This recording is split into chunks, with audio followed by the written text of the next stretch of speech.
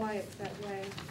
And just a bit of a background on the request, the annexation process, because I know that there's a number of council members currently sitting on the council that have never been through an annexation request. So this is an intent to commence annexation, which is the first step in annexing to the city. It's known as a notice to council that these people are interested in annexing to the city. Annexation is a legislative decision. At any time, the council can deny it, or they can approve each step, and all that's doing is allowing it to go to the next step, and it's a procedural item. You can, if you desire, allow it to go all the way up to the end of the public hearing and deny it. I would encourage you not to go that way, but you have that right. And the applicant is informed of that all along the way. At any time, it could be denied. This annexation started with one petitioner who is in a very unique situation. He owns two lots that are adjacent to each other. One is in the city limits of Washougal. The other one is in Clark County, but within our urban growth boundary. Our urban growth boundary is the boundary that is recognized that eventually all the parcels in it will be annexed into the city of Washougal. So it was started with this one individual. We met with the individual. We notified him of the fact that there's no water and sewer service there, but he was not interested in annexing for the purpose of receiving services or development. He's more interested in being able to vote on Washougal issues and possibly participate in one of the commissions or boards. There's only about 5 other pieces of land left in that immediate area that's in our urban growth boundary.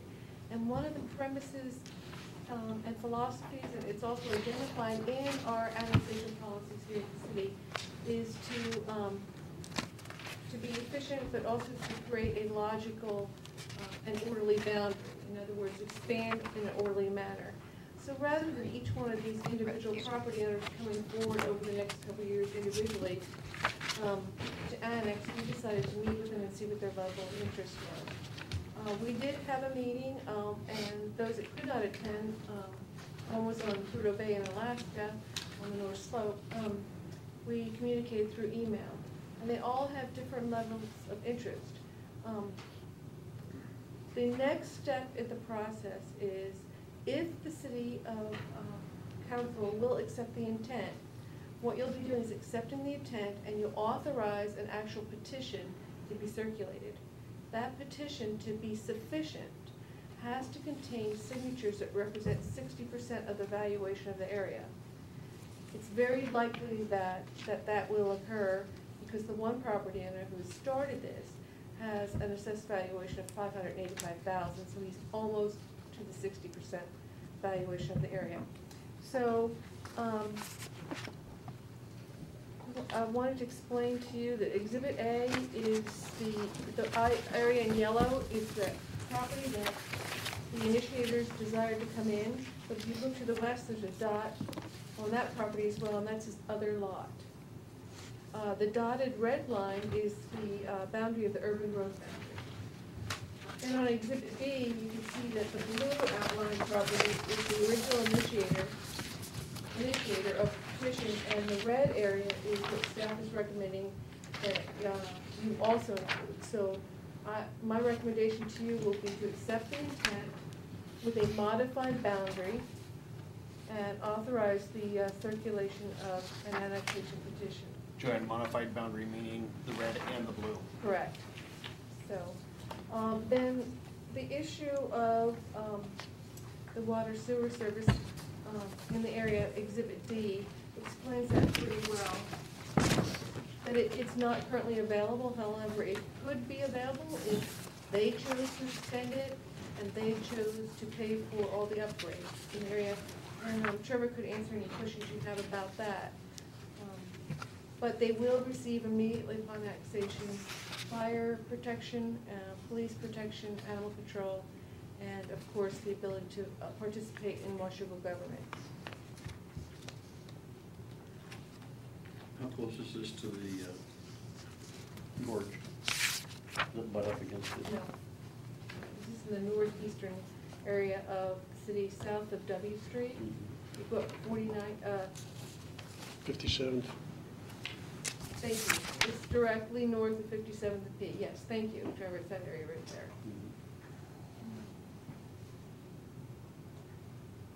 Dave?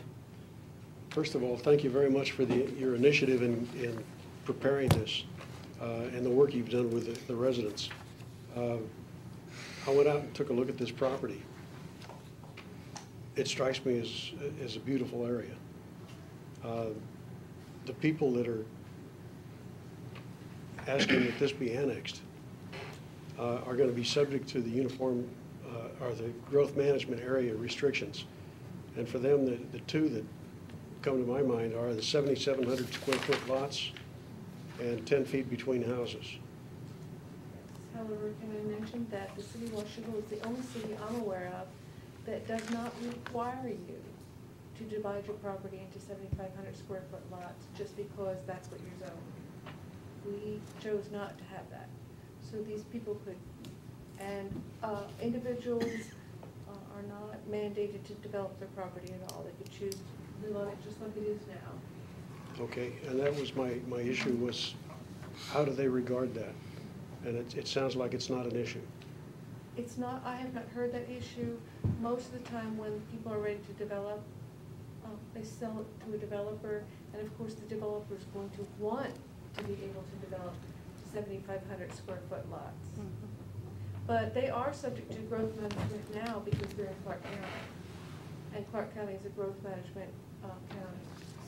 Yeah, well, that's sort of off on the horizon for them right now, but when they go to develop, they're going to be subject to the GMA and all its restrictions.